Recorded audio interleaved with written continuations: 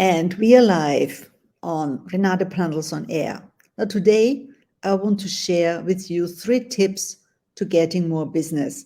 And some of the concepts might be familiar, some of them might be like, wow, I did not think like that. So, you might have noticed that even so countries are opening up, there is still a lot of business made online. So you have to be online. You have to be on an online platform like StreamYard or like Zoom or some other platforms, right? And I'm not talking about this or selling any of this to you. But how do you stand out? Because if you're a coach, if you are a health coach, you are just one of the many. If you're a business coach online, and if you're not standing out, how can you grow your business? How can you get more business? How can you attract more clients if they don't know you? So, tip number 1 is be omnipresent. What does that mean? You want to be on all the platforms. And some people tell you, you only focus on one platform. Yeah, there's one main platform. Yet your potential clients, they might be on different platforms, probably not on Facebook or not on LinkedIn. So I want you to think of, you create a post and you're everywhere. You are on Facebook, you are on LinkedIn, you are on Instagram, you are on TikTok. And of course, you also send email. Email is old fashioned, but it's not dead. On the other hand, while having said this, on the other hand, don't think you can send too many emails or you can post too much unless you really spam every half hour. But most of people, they do not see your posts. Most of the people do not open your emails. Anyone guilty? Well, for sure I am, right? So do not think if you send something out once with this great offer, what you have to give the world, that people see it and that they will come flocking to you.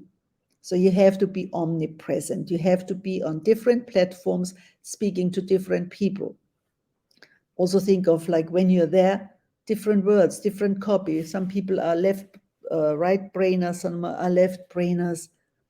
So you want to be speaking to as many as possible. Will they become your clients? Potentially not, but you never know.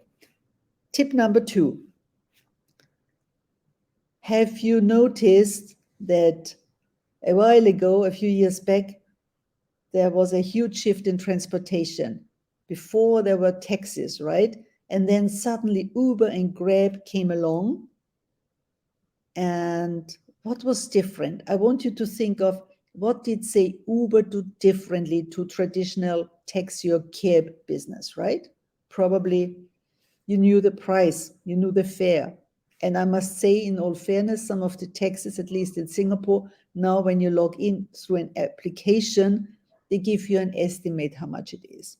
So an estimate, right? So what did they do differently? Maybe you know the driver. You see where the taxi is, right? So they were different. They offered more service to the customer.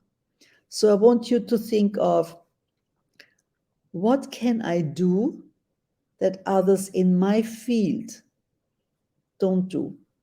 If you are in finance, one of the many companies, what do my competitors do and what do they not do? And this is what I want you to focus on. So think of tip number 2, how can you Uber your industry? And number 3 is, and you might have heard this before as well, stop giving your time away. There are so many people, myself included, giving a lot of value, a lot of trainings for free. Nothing wrong with giving away for free, serving people, paying it forward, doing some pro bono work. But stop giving everything away for free, because you all know this.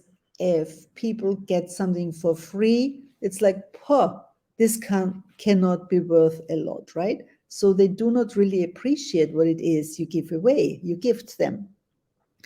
And don't give away your time, because sometimes people are like, oh yeah, well, time is money. No, it's not. Money you can make, but time you cannot get back. And I want you to think of charging for your services what your knowledge is worth. You're not charging by the hour.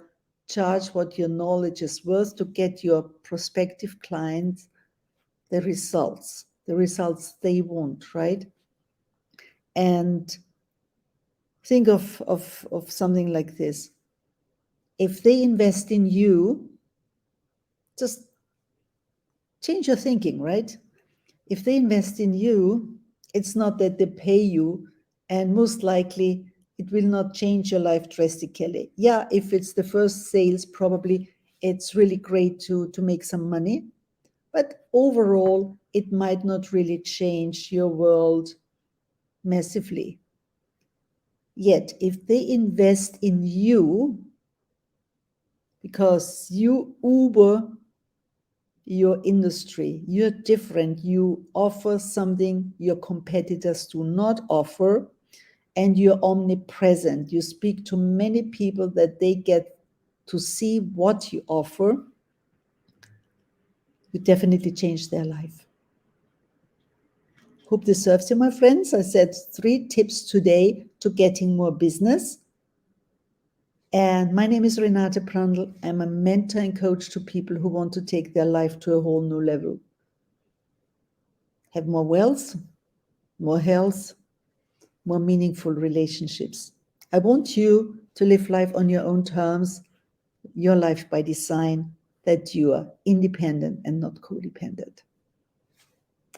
Love you guys. Auf Wiedersehen.